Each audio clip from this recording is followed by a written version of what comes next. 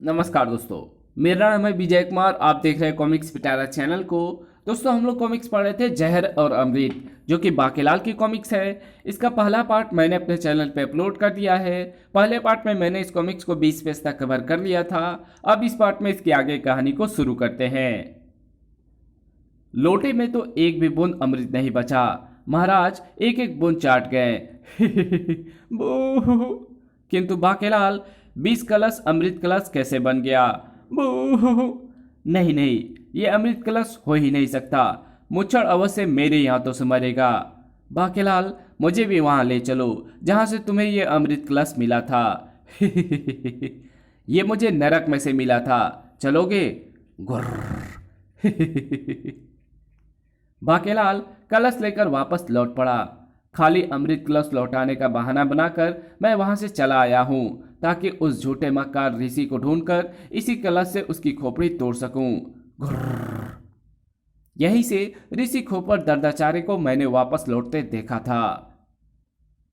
बस कमबख्त एक बार फिर दिख जाए। घुर्र। वाह, कितने स्वादिष्ट और जहरीले सर्प हैं। स्वादिष्ट सर्प? इसका मतलब कोई वहां बैठे जहरीले सर्पों का भोजन कर रहा है। जहरीले ये मानव एवं अन्य प्राणियों के लिए है, क्योंकि हम तीनों के शरीर में त्रिकाल देव का जहर भरा है। त्रिकाल देव का जहर दुनिया का सबसे घातक जहर है। हाँ, अगर हम तीनों के डंकों का जहर बारी बारी से किसी के प्राणी के शरीर में पहुंच जाए तो वो बर्फ की तरह पिघल जाएगा। त्रिकाल देव के बीच का सामना तो देव और देवता भी नहीं कर पाएंगे। और तब तो बिल्कुल भी नहीं, जब उन पर तीन तरफा आक्रमण होगा। इसलिए तो हमने त्रिकाल का विष बराबर बराबर मात्रा में बांट लिया है। अब हम करेंगे तीनों लोकों पर अपना अधिकार। और अब हर ओर होगी हमारी जय जयकार। एकाल, तुम धरती को अपना निशाना बनाओगे। दोकाल, तुम निशाना बनाओगे पताल को। और मैं त्रिकाल आकाश में हिलाऊंगा इंद्र का सिंहासन। तो फिर चलो अपने अपने अभियान पूर्ण करने में जुट जाओ। इनके इरादे तो बड़े खतरनाक हैं। इरादे तो मेरे भी कम खतरनाक नहीं। अपनी राक्षसी सेना को जगाने के लिए मुझे एक छोटा सा पोड़ की पहिया यज्ञ करना होगा। उसके लिए मैं बनाऊंगा चांदी की लंका। 6 घंटों में पोड़ की पहिया यज्ञ पूर्ण होते ही युद्ध के लिए राक्षस सेना जाग जाएगी और उनकी चांदी की लंका का निर्माण भी स्वयं ही हो जाएगा। बेटे बाकेलाल, अगर इन तीनों राक्षसों का विष तू किसी प्रकार मुच्छड़ के शरीर में पहुंचा दे तो उसका शरीर बर्फ की तरह गल जाएगा। पोड़ की पहिया यज्ञ के लिए पक्षियों की आहुति देनी होती है। अब मैं वो मंत्र बोलता हूं जिसके प्रभाव से पक्षी अपने आप आकर यज्ञ की कुंड में अग्नि में अपनी आहुतियां दे देंगे। ओए काली तेरे गुत्ते पुरंदा तेरा लालनी आहो आहो आहो। ओए रूपदी रानिये पुरंदे को संभालनी। आहो आहो आहो। यज्ञ के प्रभाव से पक्षी यज्ञ कुंड में आकर गिर रहे हैं। ची ची चू चू चे टेउ टेउ क्विक। जब तक इसका यज्ञ पूरा हो मुझे मुच्छड़ को यहां लाने का जुगाड़ कर लेना चाहिए। लेकिन मोटा तो अमृत पीकर अमर हो गया है।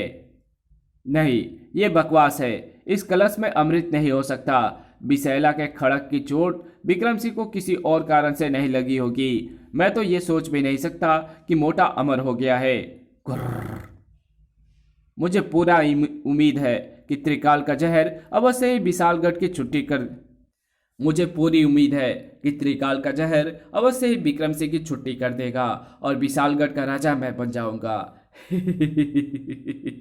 इधर बाकेलाल राजा बनने के ख्वाब देख रहा था और इधर राजा विक्रम सिंह भी देख रहा था एक अजीबो गरीब स्वप्न। महाराज, सांप। बाकेलाल, तुमने मुझे अमृत पिलाकर अमर कर दिया है। अब मुझे सांप का क्या डर। देखो, मैंने सांप को मार दिया। अरे बाकेलाल, तुम बूढ़े हो गए हो। 60 साल की उम्र में मैं बूढ़ा नहीं तो क्या जवान होऊंगा महाराज। आप तो मुझसे भी अधिक वृद्ध हो चुके हैं। लीजिए, महारानी जी भी आ गई हैं। लगता है मेरा अंतिम समय आ गया है। महारानी, कितनी बार समझाया है कि अब जेवरात पहनना छोड़ दो। देखो, जेवरात के वजन से तुम्हारी गर्दन झुकी जा रही है। अब ये गर्दन जेवरात का बोझ नहीं संभाल सकती। आ! देखो, जिस बात का डर था वही हुआ। महाराज, लगता है बुढ़िया तो खिसक गई। नहीं, तुम मुझे अकेला छोड़कर नहीं जा सकती रानी। बू। महाराज, महारानी के गम में आप पोपले हो गए हैं। उम्र भी तो 90 वर्ष हो गई है बाकेलाल। सेनापति, मुझे कुल्ला करने बाहर जाना है। 4 आदमी बुलवाओ, क्योंकि मेरे घुटनों में गठिया का रोग हो गया है। अब मैं चल फिर नहीं पाता। महल में सब बूढ़े और जर्जर हो चुके हैं। मैं तो हर समय 4 आदमी साथ ही रखता हूं महाराज। ना जाने कब किसको इनकी आवश्यकता पड़ जाए। महाराज, एक समय था कि आप अपनी तोंद के झटके से बड़े बड़े शत्रुओं को परास्त कर देते थे, और एक ये समय है कि स्नान के लिए आपको खड़ा रहने के लिए 2 सेवकों ने पकड़ रखा है। आपसे तो अब अपनी चड्डी भी नहीं पकड़ी जा रही है। महाराज, गजब हो गया। बुजुर्गपुरी के राजा वृद्ध जर्जर सिंह ने आक्रमण कर दिया है। वो कह रहा है कि दम है तो महल से बाहर आ और मुकाबला कर। वही तो नहीं है, किंतु हम युद्ध का जवाब देंगे। हमारी तलवार लाओ। शत्रुओं को भयभीत करने के लिए महाराज के हाथ में गत्ते की ही तलवार दो, क्योंकि लोहे की तलवार महाराज उठा नहीं पाएंगे और कहीं खुद ही उठ न जाएं। शीघ्र ही। राजा विक्रम सिंह, जवानी में तो तू शक्तिशाली था। तुझ पर आक्रमण करने की मैं कभी सोच भी नहीं सका, किंतु मैंने 50 बरस तक सब्र किया, क्योंकि सब्र का फल मीठा होता है। मैंने सोचा था कि जब तू बूढ़ा जर्जर हो जाएगा तब मैं तुझ पर आक्रमण करूंगा और तुझे एक ही लात में चीत कर दूंगा। आज वो समय आ गया है। या तिगड़ तिगड़, आगे बढ़ो मेरे जवान सैनिकों। मुच्छर के मरते ही मैं राजा बनूंगा। मेरे बहादुर सैनिकों, आगे बढ़ो और शत्रुओं को मजा चखा दो। महाराज को क्या पता कि ये अब बहादुर नहीं रहे, क्योंकि विशालगढ़ पर आक्रमण करने से सभी राजा डरते थे। इसलिए नए तरुण सैनिकों की भर्ती ही नहीं की गई।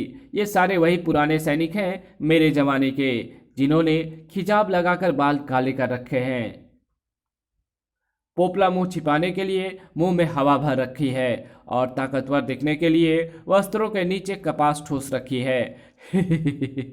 पर अब इनकी सारी हवा निकल रही है।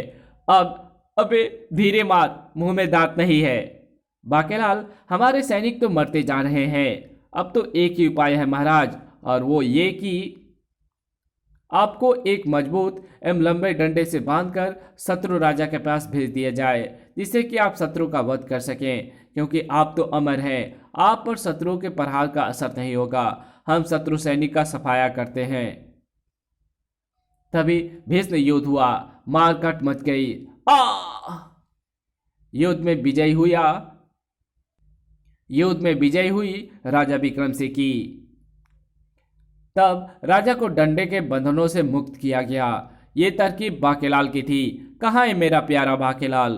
किंतु जवाब देने से पहले ही, अरे ये दोनों तो घायल हैं, ये दोनों तो मर गए। मेरा बाकेलाल कहाँ है? सेनापति मरा पड़ा है, मेरे सारे सैनिक भी मारे गए। मुझे ये साप मिला हुआ था राजा विक्रम सिंह कि मैं जहां पर मरूंगा वहां पर राजा प्रजा सब मारे जाएंगे। और मेरा प्यारा बाकेलाल भी मरा पड़ा है। मेरी सारी प्रजा मारी गई। बूह! सारे मंत्री दरबारी मारे गए। बूह! क्विक! आज से हम महल में चलकर रहेंगे। क्विक! ची ची! एक कक्ष में हम रहेंगे। पूरे विशालगढ़ में मैं अकेला रह गया।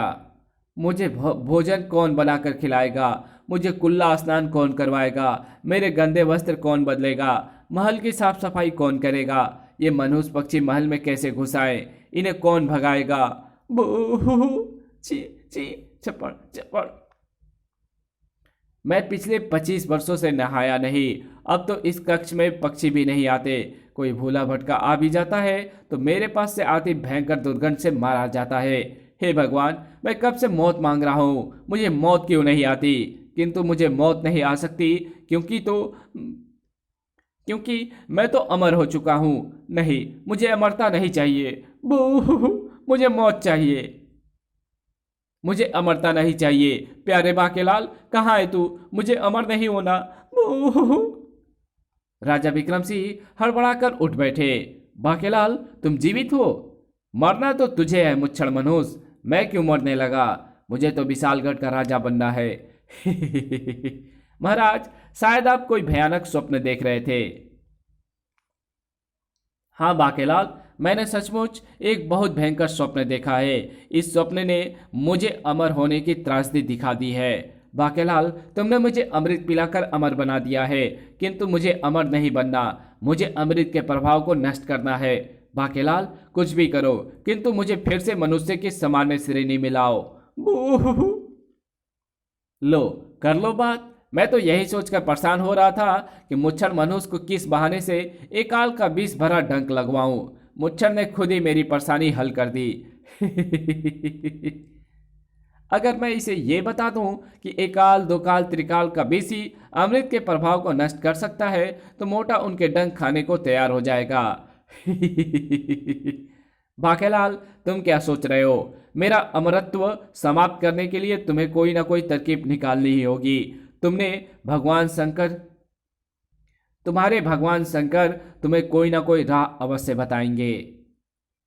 महाराज, मैंने तो आपकी एवं राज्य की भलाई के लिए आपको अमृत लाकर दिया था, किंतु अगर अमृतत्व नहीं चाहते हैं तो फिर ठीक है, मेरे पास उसे नष्ट करने का भी उपाय है। क्या सच? जी हाँ महाराज, अमृत सुखाने के लिए आपको चाहिए त्रिकाल का विष। किंतु त्रिकाल का विष मुझे कहाँ पर मिलेगा?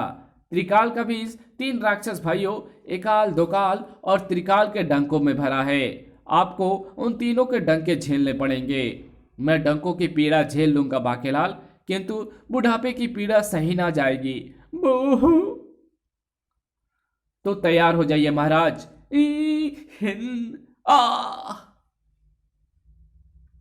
सबसे पहले एकाल का डंक खाने के लिए। पोड़ की पहिया यज्ञ पूर्ण हो गया। और लो, चांदी की लंका भी तैयार हो गई। पूरी राक्षसी सेना इस लंका में मौजूद है। राक्षस सम्राट एकाल की जय हो। एकाल, ये दोनों मानव छिपकर लंका में प्रवेश की चेष्टा कर रहे थे। कौन हो तुम दोनों? ये विशालगढ़ के राजा विक्रम सिंह हैं। ये तुमसे युद्ध करने आए हैं। महाराज, तलवार निकालिए और इसे युद्ध के लिए ललकारिए। विशालगढ़ में बिना आज्ञा प्रवेश की जुर्रत कैसे की गुस्ताख? अबे, तेरी तलवार की तो मैं कड़ाक। ध्यान से देख और कान खोलकर सुन। ये तेरा विशालगढ़ नहीं, मेरी चांदी की लंका है। यानी तुझसे युद्ध लड़ने का ये कारण जायज नहीं है और मैं बिना किसी ठोस कारण के युद्ध नहीं लड़ता।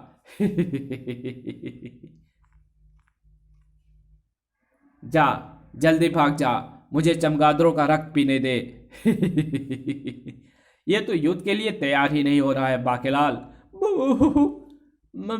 मैं कुछ करता हूं, वरना ये तो मेरी सारी योजना पर पानी ही फेर देगा।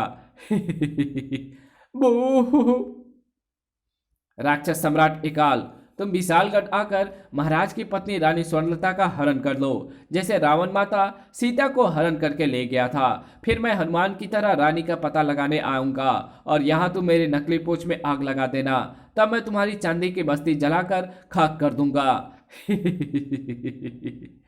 और वापस विशालगढ़ लौट जाऊंगा। फिर जब राजा विक्रम सिंह अपनी पत्नी को तुम्हारी कैद से स्वतंत्र कराने आएंगे तो तुम्हें उनसे युद्ध करना ही होगा।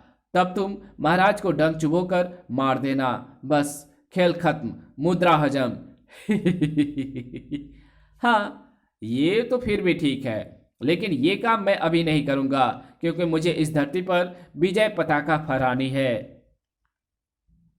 पहले मुझे धरती के सबसे अधिक ताकतवर और शक्तिशाली राजा को परास्त करना है, ताकि शेष राज्य स्वयं ही मेरे आगे अपने घुटने टेक कर अपनी पराजय स्वीकार कर ले।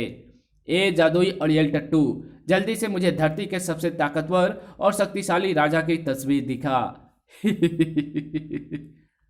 अच्छा, तो ये है वो राजा, पर इसे कहीं देखा है, पर कहाँ, कुछ याद नहीं आ रहा। महाराज, अड़ियल टट्टू तो आपकी ही तस्वीर दिखा रहा है। क्या तुमने इस राजा को कहीं पर देखा है? अरे, तू ही है तू वो राजा, तू तो मुझे यहीं पर मिल गया। मुझे तुझे ही तो परास्त करना है रे राजा विक्रम सिंह, लेकिन मैं बिना कारण युद्ध नहीं कर सकता, क्योंकि अगर मैंने ऐसा किया तो त्रिकाल का भी सूख जाएगा।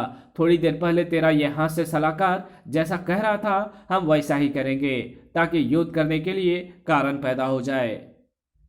तो फिर तू विशालगढ़ के राज उद्यान का पता याद कर, क्योंकि हम दोनों रानी जी को वहीं पर छोड़कर शिकार करने निकल जाएंगे। तब तू पीछे से आकर रानी जी को हर कर ले जाना। ठीक है, जल्दी जाओ, तब तक मैं साधु का भेष बनाता हूँ, प्रकट हो साधु की दाढ़ी। फिर महाराज, आपने वन में इस कुटिया का निर्माण क्यों किया है, और ऐसे योगियों जैसा वेश क्यों धर रखा है, ये हम तुम्हें बाद में बताएंगे। फिलहाल इतना याद रखो कि अगर कोई साधु भिक्षा मांगने आए तो उसे चुपचाप भिक्षा देना, और अगर वो तुम्हारा हरण करने की चेष्टा करे तो थोड़ी आनाकानी के पश्चात चुपचाप उसके साथ चली जाना। इसलिए मैंने लक्ष्मण रेखा भी नहीं खींची, हम शिकार करने जा रहे हैं। जैसा आप कहते हैं मैं वैसा ही करूंगी। महाराज, यहीं रुक कर देखते हैं कि एकाल महारानी जी को हर कर ले गया या नहीं। एक साधु कुटिया की ओर बढ़ रहा है। भिक्षाम दे। ओह साधु, मैं भिक्षा का थाल लेकर अभी आई साधु जी। इस कहानी को यही खत्म करते हैं। इसके आगे कहानी पढ़ेंगे इसके पार्ट 3 में, तो मिलते हैं इसके तीसरे पार्ट में। तब तक के लिए बाय। वीडियो अच्छी लगी हो तो इस वीडियो को लाइक कर देना, चैनल पे नए हो तो चैनल को सब्सक्राइब जरूर से कर देना, और मेरे दूसरे चैनल डिवाइन टेक्नोलॉजी को भी सब्सक्राइब कर बेल आइकन को प्रेस कर देना, और उसमें मैंने बहुत सारी वीडियोज अपलोड की है, तो प्लीज़ जाइए उसकी वीडियोज़ देखिए, और वीडियो अच्छी लगे तो उसको शेयर भी कर देना। Thanks for watching my videos.